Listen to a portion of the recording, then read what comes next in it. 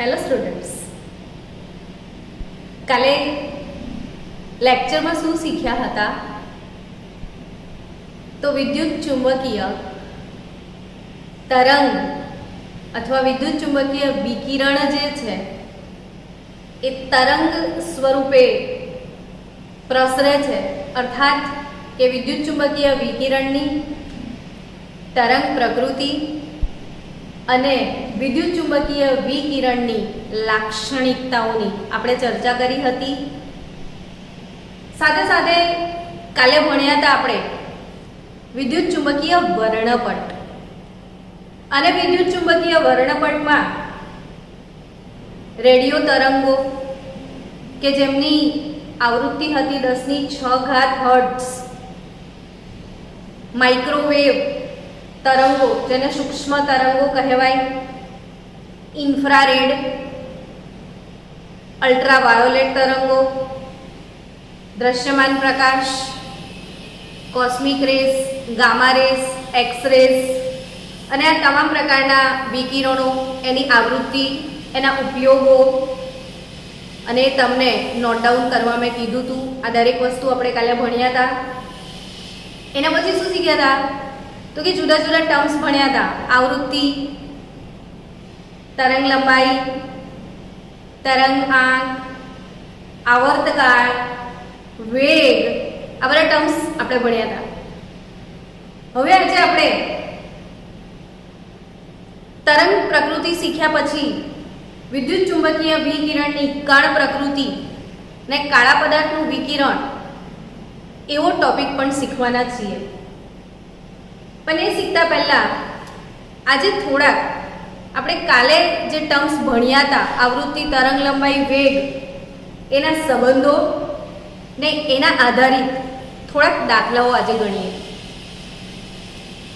કોઈ એક લેક્ચરમાં મેં ઓલરેડી તમને શીખવાડ્યો છે, છતાં ફરીથી આજે હું શીખવાડી દઉં કે આવૃત્તિ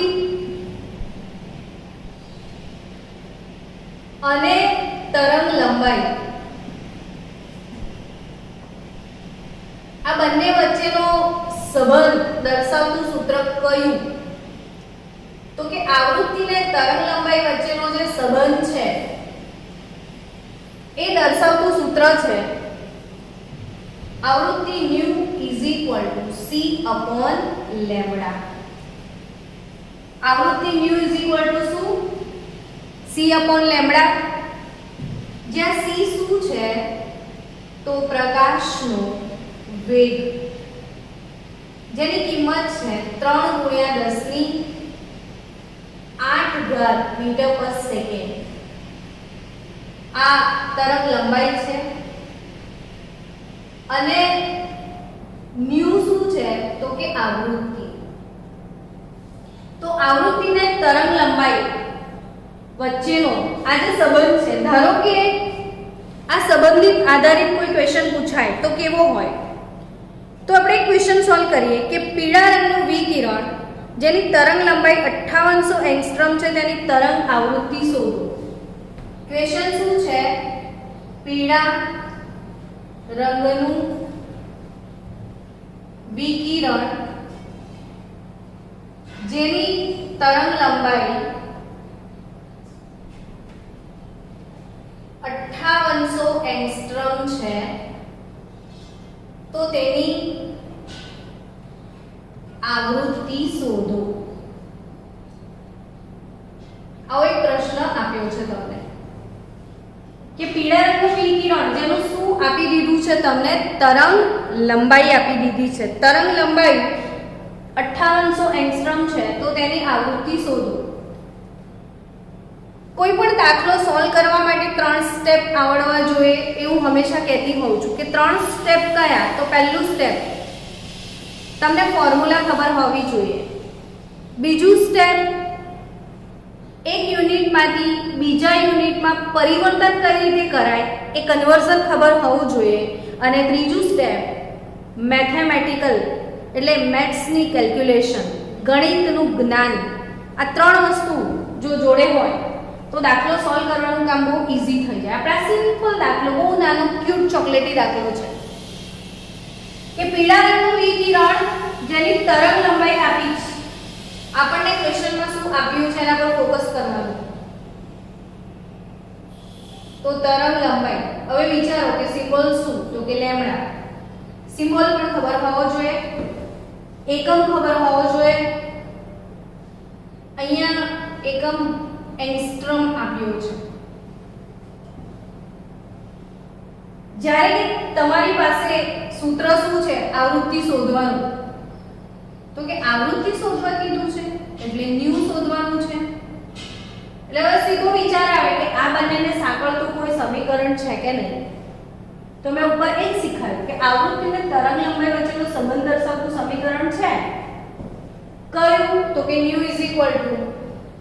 c / લેમ્ડા. જ્યાં c શું છે, તો કે પ્રકાશનો વેગ કેટલો છે, તો કે એ પણ હવે તમને બાય હાર્ટ થઈ જ ગયો હશે. કોઈ ઊંઘમાંથી ઉઠાડીને પૂછે કે પ્રકાશનો વેગ, તો આવડે ને હવે તો 3 × 10⁸ મીટર પર સેકન્ડ. તો 3 × 10⁸ મીટર પ્રતિ સેકન્ડ. એટલે મીટર પ્રતિ સેકન્ડ નો આપણે સેકન્ડને નીચે લઈએ મીટર/સેકન્ડ. હવે આપણે કોની કિંમત મૂકવી પડશે, તો કે લેમ્ડાની. પણ લેમ્ડાની કિંમત તો એંગસ્ટ્રોમમાં આપી છે. અહીંયા પ્રકાશનો વેગ મીટરમાં તમે લીધો છે. હવે જો તમે આ મીટરમાં લીધું હોય તો આ એંગસ્ટ્રોમમાં ના લેવાય.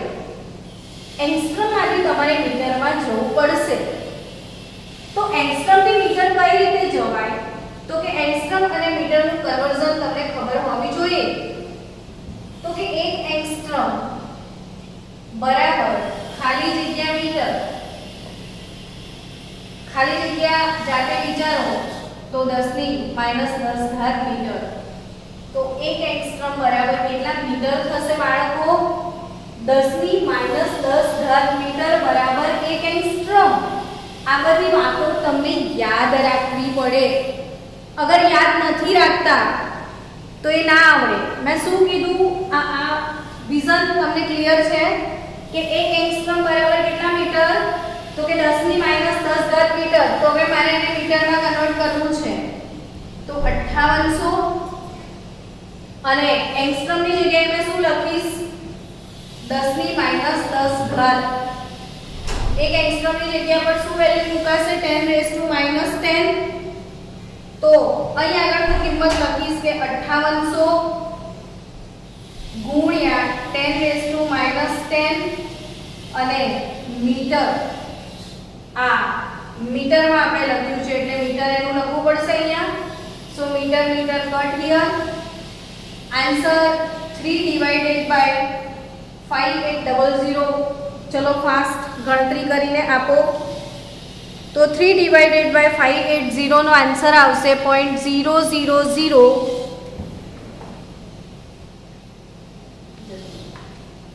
3/580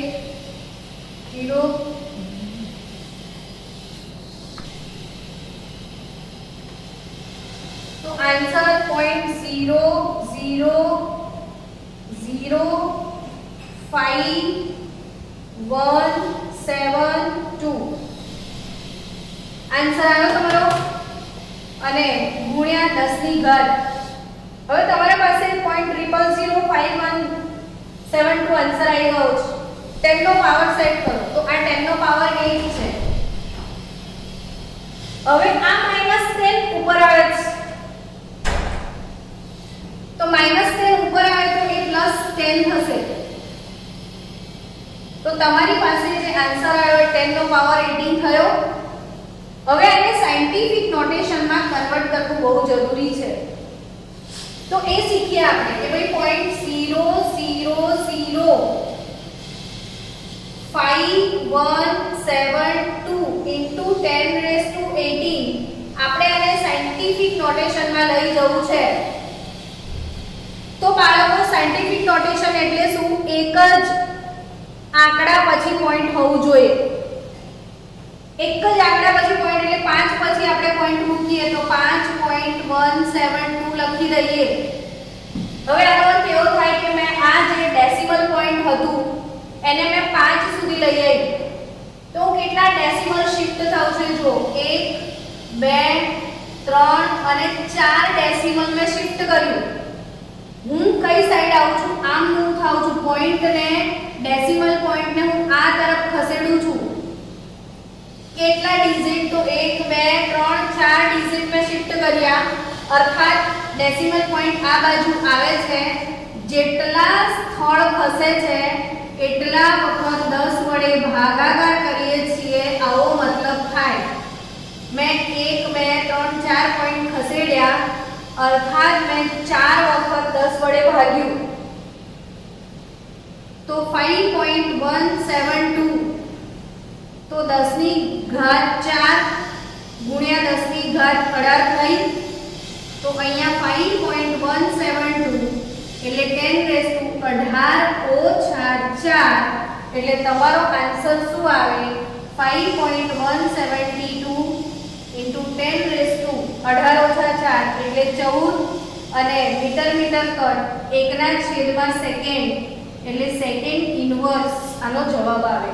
તો તમારો ફાઇનલ આન્સર આવૃત્તિ ન્યુ 5.172 into 10⁻40 પર સેકન્ડ અને પર સેકન્ડ માટે જ હર્ટ્ઝ એકમ વપરાય. પર સેકન્ડ માટે કયો એકમ વપરાય છે? હર્ટ્ઝ. તો આવૃત્તિ ન્યુ બરાબર 5.172 into 10⁻40 પર સેકન્ડ પર હર્ટ્ઝ. તો આ આવૃત્તિ ન્યુ તમારો આન્સર આવ્યો કે પીળા પદાર્થનું જે વિકિરણ છે એની આવૃત્તિ 5.172 into 10⁻40 પર સેકન્ડ પર હર્ટ્ઝ. તો ફાસ્ટ આ લખી લો. ક્વેશ્ચન બહુ નાનો છે, ક્યુટ છે, પણ તમે નવા છો 11th માં, તો આવી જે નાની ગણતરીઓ છે એમાં ભૂલો ના પડવી જોઈએ, એટલે આપણે ધીરે ધીરે એને શીખાઈએ છીએ. હવે આપણે આવો બીજો ક્વેશ્ચન સોલ્વ કરીએ. ચલો, સેકન્ડ પ્રોબ્લેમ છે આપણો 6000 એંગસ્ટ્રોમ તરંગ લંબાઈ ધરાવતા વિકિરણના ફોટોનની આવૃત્તિ અને ઊર્જા ગણો. હવે અહીંયા બીજો એક ફોર્મ્યુલા શીખવાનું છે કે જ્યારે આપણને ખબર પડી કે કોઈ પણ વિકિરણ યા તો તરંગ, કોઈ પણ વિકિરણ યા તો રેડિયેશન જે છે એને તરંગ પ્રકૃતિ ની સાથે સાથે કણ પ્રકૃતિ ધરાવે છે એવું આપણે ભણ્યા હતા કે કોઈ પણ વિકિરણ દ્વિપ્રકૃતિ ધરાવે છે. કણ પ્રકૃતિની સાથે સાથે તરંગ પ્રકૃતિ પણ ધરાવે છે. અને આવું સાબિત થયા પછી તરત જ એ જે તરંગ છે એમાં રહેલો નાનો કણ, વિકિરણની અંદર રહેલો નાનો કણ, તો પ્રકાશનો જે કણ છે એને આપણે ફોટોન છે એવું કહેતા શીખ્યા હતા. હવે આ જે ફોટોન છે, વિકિરણની અંદર ઊર્જાનું એક નાનું બંચ, દરેક વિકિરણ, ધારો કે આ કોઈ વિકિરણ છે તો એ વિકિરણ એમાં કણો જ હાજર હોય છે અને આ જે નાના કણો દ્વારા તરંગ પસાર થાય છે એ કણોને ક્વોન્ટમ કહેવાય. ક્વોન્ટમ અથવા પ્રકાશનું વિકિરણ હોય તો આપણે એને ફોટોન કહીએ છીએ. અને આ જે નાનું ફોટોન છે એ ઊર્જાનું પોકેટ છે, નાનું ઊર્જાનું બંચ કહેવાય. આટલા નાના પોકેટમાં ઊર્જા હશે, આની પાસે પણ ઊર્જા હશે, આની પાસે પણ ઊર્જા હશે. દરેક પોકેટમાં ઊર્જા સમાયેલી છે. દરેક કણ, આપણે ગુજરાતીમાં કહેવત છે કણ કણ મેં હે ભગવાન, એમ અહીંયા કણ કણમાં એનર્જી છે. દરેક કણ એનર્જીનું એક નાનું બાસ્કેટ છે. અને આ જે એનર્જી છે, ઊર્જા છે, એ કઈ રીતે ગણી શકાય? તો એક ફોટોન માં રહેલી જે ઊર્જા છે એને E કહીએ છીએ ને E શોધવાનું સૂત્ર h nu. પણ થોડીક વાર પહેલા મેં તમને ન્યુ અને મેં તરંગ લંબાઈનો સંબંધ શીખવાડ્યો કે ન્યુ બરાબર c બાય લેમ્બડા, તો E બરાબર hc બાય લેમ્બડા. આ એક મોલ ફોટોનમાં રહેલી ઉર્જા. પણ જો પૂછવામાં આવે તમને કે એક આઇન્સ્ટાઈન ઉર્જા કેટલી, તો એક આઇન્સ્ટાઈન ઉર્જા કેટલી થાય, તો એક આઇન્સ્ટાઈન એટલે Ne જેટલી અને એક આઇન્સ્ટાઈન ઉર્જા એટલે nhc બાય લેમ્બડા જેટલી યા તો nh ન્યુ જેટલી. તો એક આઇન્સ્ટાઈન ઉર્જાને આપણે શું કહીશું? Ne યા તો nhc બાય લેમ્બડા યા તો nh ન્યુ. હવે આ ક્વેશ્ચન આપણે સોલ્વ કરીએ કે 6000 એંગસ્ટ્રોમ તરંગ લંબાઈ ધરાવતા વિકિરણના ફોટોનની આવૃત્તિ તથા શું ગણો? ઊર્જા. તમને આપ્યું છે શું? તો તરંગ લંબાઈ આપી દીધી છે લેમ્બડા. કેટલી? તો કે 6000 એંગસ્ટ્રોમ. શું શોધવાનું છે? તો આપણે અહીંયા લખીએ ફોટોનની આવૃત્તિ એટલે કે ન્યુ શોધવાની છે. બીજું શું શોધવાનું છે? તો કે ફોટોન ની ઊર્જા E તમને શોધવાની છે. આટલી વસ્તુ શોધવાની છે. તો પહેલા આપણે કામ કરીએ, ન્યુ શોધી કાઢીએ. તો ન્યુ અને તરંગ લંબાઈ વચ્ચે સંબંધ છે ન્યુ c લેમ્બડા. c એટલે પ્રકાશનો વેગ. થોડીક વાર પહેલા દાખલો ગણ્યો એટલે હવે તમને આવડી ગયું કે 3 × 10⁸ મીટર પર સેકન્ડ. 3 × 10⁸ મીટર/સેકન્ડ થાય. લેમ્બડા 6000 એંગસ્ટ્રોમ, તો 6000 ગુણ્યા મીટરમાં કન્વર્ટ કરીએ તો 6000. હવે યાદ આવી રહ્યું હશે કે 1 એંગસ્ટ્રોમ એટલે કેટલા મીટર? તો કે 10 ની -10 મીટર. તો અહીં આગળ મૂકી દઈએ કિંમત 6000 ગુણ્યા 10⁻10 મીટર. તો મીટર તો આપણું કટ થઈ જવાનું છે. તો વેલ્યુ કરતા શીખીએ કે 3 ગુણ્યા 10⁸ અપોન 10⁻10.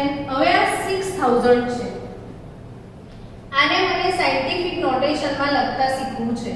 તો અહીંયા પોઈન્ટ છે એવું સમજો. આ પોઈન્ટને હું 1 2 3 ડેસિમલ શિફ્ટ કરું છું તો 6.000 લખાય કે નહીં?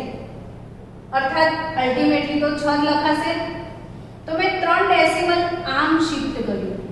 જો હું આમ શિફ્ટ કરું છું તો જેટલા ડેસિમલ હું શિફ્ટ થઉં છું એટલી વખત હું 10 વડે ગુણાકાર કરું છું.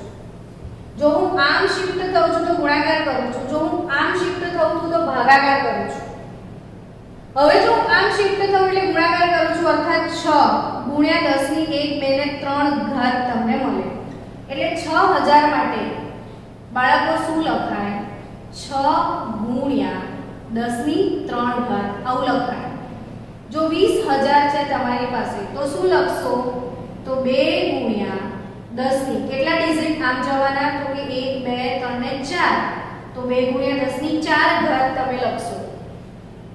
તો આ નાના નાના ગણતરીના સ્ટેપ શીખવા બહુ જરૂરી છે. તો હું અહીંયા 6000 માટે હું લખી શકું 6 ગુણ્યા 10⁻3.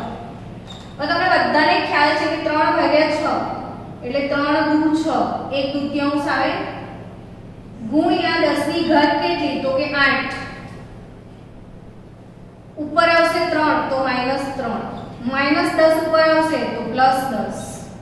તો અહીંયા 1 દૂતીયાંશ એટલે 0.5 ગણાય. 10 ની ઘાત કેટલી? તો 8 - 3 કેટલા? 5 + 10 15. હવે મીટર કટ તો પર સેકન્ડ અથવા હર્ટ્ઝ. તો અહીંયા આગળ આવૃત્તિ ન્યુ બરાબર.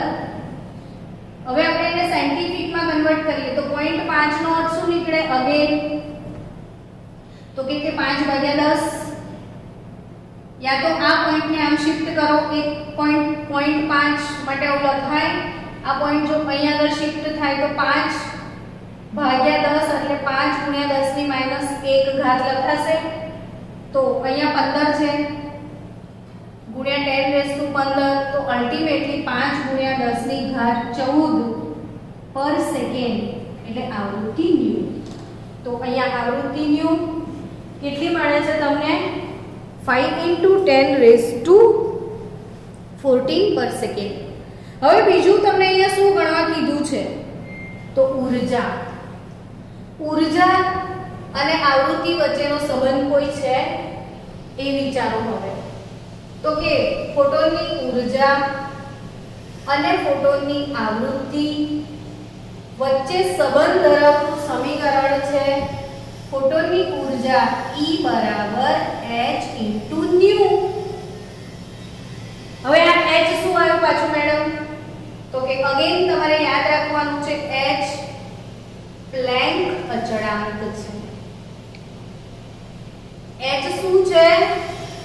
પ્લેન્ક અચળાંક છે અને આ h ની કિંમત 6.626 ગુણ્યા 10 ની માઈનસ 34 ઘાત જૂલ ઇન્ટુ સેકન્ડ. તો અહીં આગળ ઊર્જા E બરાબર h ની કિંમત મૂકીશું 6.626 ગુણ્યા 10 raise to minus 34 joule into second. હવે આવૃત્તિ તમે અહીંયા ગણીને મૂકી છે 5 ગુણ્યા 10 ની 14 ઘાત પર સેકન્ડ એટલે સેકન્ડ અપોનમાં આવશે. ગુણાકાર કરીએ 6.626 ગુણ્યા 5 કરી લો.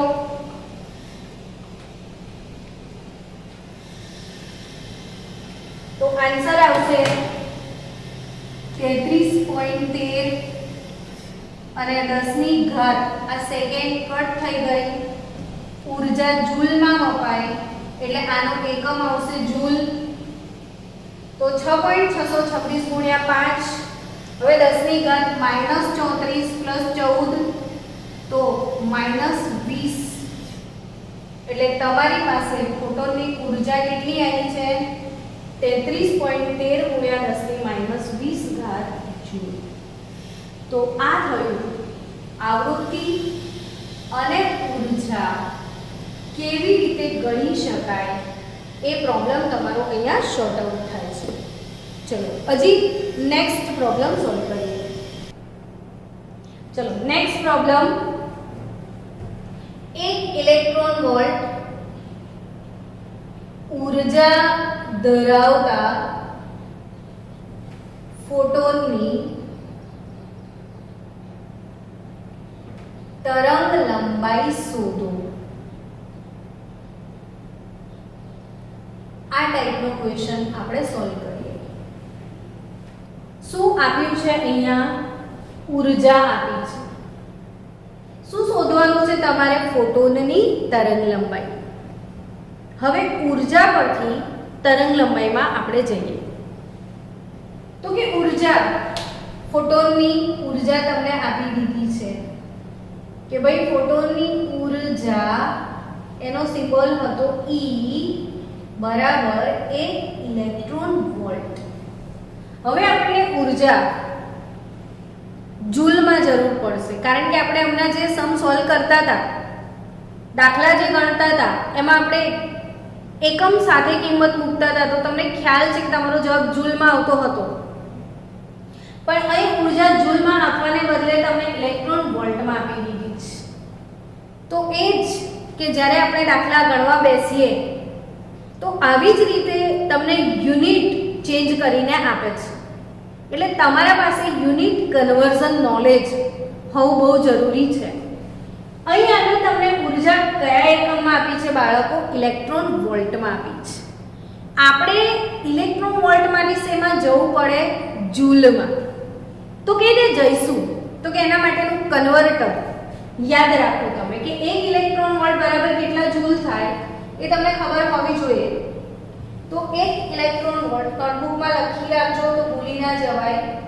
ઇલેક્ટ્રોન પર જેટલો વીજભાર છે ને એટલા જ જૂલ છે. તમને ઇલેક્ટ્રોનનો વીજભાર ખબર છે.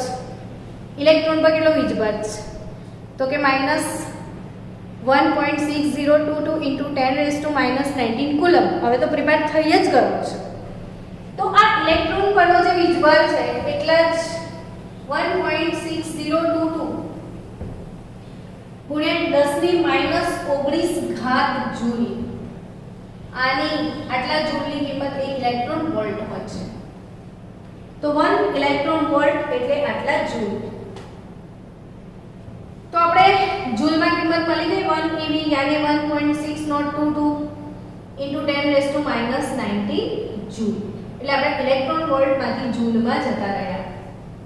શું શોધવા કહે છે તો કે ફોટોનની તરંગલંબાઈ. તો ફોટોનની તરંગલંબાઈ એટલે મગજમાં તરત જ તમને ક્લિક થશે કે તરંગલંબાઈ એટલે તો લેમ્ડા થાય.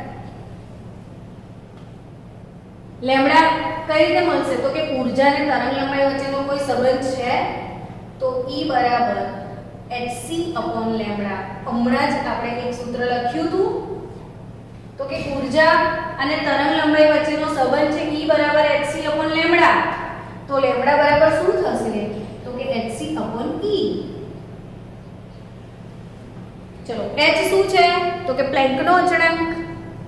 કિંમત બોલો મોડે થઈ જવી જોઈએ. પ્લેન્કના અચળાંકની કિંમત શું છે હવે તો કે 6.626 ગુણ્યા 10⁻34 ઘાત જૂલ ઇન્ટુ સેકન્ડ. આ પ્લેન્ક કોન્સ્ટન્ટ પ્રકાશ કાકાનો વેગ તો કે 3 ગુણ્યા 10⁸ ઘાત મીટર પ્રતિ સેકન્ડ એટલે અપોન s. ઊર્જા તો આપણે જૂલમાં લખવાના છીએ હવે તો 1.6022 × 10⁻19 જૂલ. તો જૂલ ઇન્ટુ સેકન્ડ કટ થઈ ગયું તમારું. જવાબ તમારો મીટરમાં આવશે અહીંયા.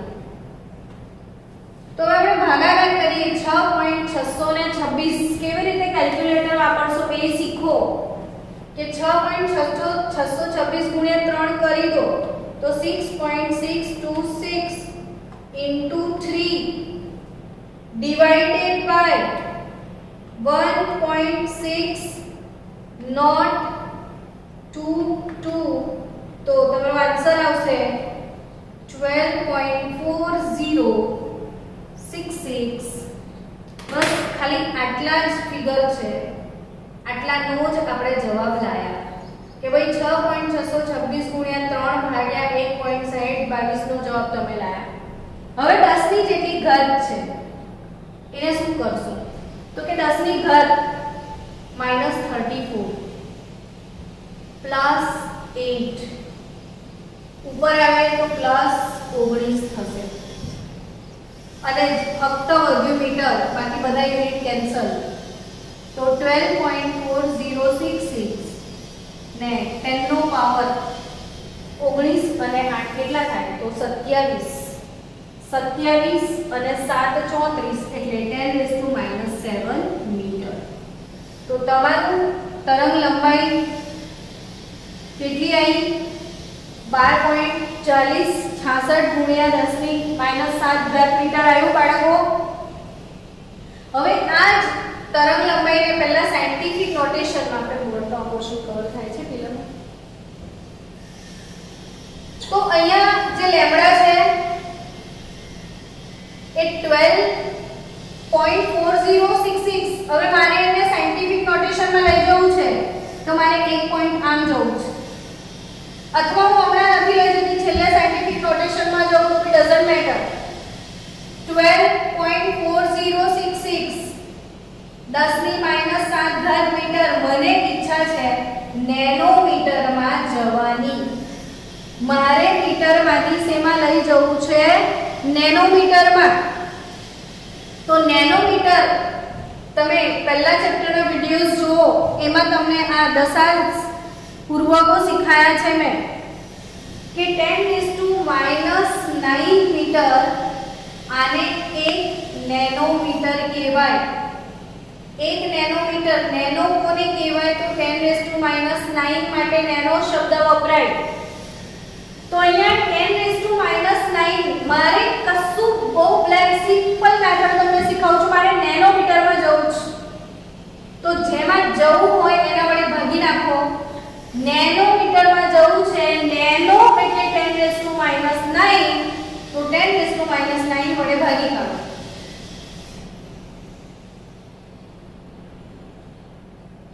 તો લેમ્ડા 12.4066 ગુણ્યા 10⁻⁷ ઘાત -9 ઉપર આવે તો +9 થઈ જશે. તો 12.4066 into 10⁻⁻7 + 9 આન્સર 2 આવશે તમારો. બસ આનો મતલબ શું થાય કે તમે આને 10 નો વર્ગ એટલે 100 વડે ગુણી નાખો તો 1240.66 નેનોમીટર. આ વેવલેન્થ 12.4066 ગુણ્યા 100 કરો તો શું આવે 1240.66 નેનોમીટર. એટલે આ બહુ મોટો યુનિટ હતો, -7 મીટર હતું. મીટરમાંથી આપણે નેનોમીટરમાં ગયા. તો અહીંયા યુનિટ કન્વર્ઝન આવડવા બહુ જરૂરી છે. તો આ થયું તમારે તરંગ લંબાઈ અને ઊર્જા શોધવાનો દાખલો. હવે આપણે બીજો એક દાખલો ગણીશું. ચલો સ્ટુડન્ટ, અહીંયા નેક્સ્ટ ક્વેશ્ચન શું મૂક્યો છે કે 4 × 10⁻14 હર્ટ્ઝ આવૃત્તિ ધરાવતા 1 મોલ ફોટોનની ઊર્જા કેટલી? તો 4 × 10⁻14 હર્ટ્ઝ આવૃત્તિ ધરાવતા 1 મોલ ફોટોનની ઊર્જા તમને પૂછી છે. તો હવે 1 મોલ ફોટોનની ઊર્જાનું સૂત્ર શું છે? તો કે સૂત્ર ઇમ્પોર્ટન્ટ છે જે હોય તે કે 1 મોલ ફોટોન, તો કે 1 ફોટોનની કેટલી? તો h ન્યુ જેટલી છે. ઊર્જા અને આવૃત્તિ વચ્ચેનો સંબંધ E = h ન્યુ. પણ આ ઊર્જા ફક્ત એક જ ફોટોન માટે છે. તો 1 મોલ ફોટોનની ઊર્જા E મોલ એવું કહીશું આપણે. તો એ કેટલી? તો કે 1 મોલ એટલે 1 મોલ કણ વડે ને ગુણવું પડે ને 1 મોલ કણ એટલે n એવોગાડ્રો અચળાંક 6.022 ગુણ્યા 10⁻23 ઘાત ફોટોન. 1 મોલ ફોટોનમાં કેટલા ફોટોન હોય બાળકો? 1 મોલ ફોટોન એટલે 6.022 ગુણ્યા 10⁻23 આટલા ફોટોન ગણાય.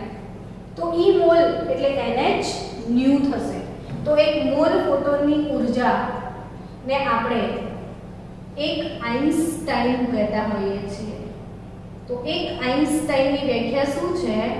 તો 1 મોલ ફોટોનમાં સમાયેલી ઊર્જાને શું કહીએ છીએ? 1 આઇન્સ્ટાઇન.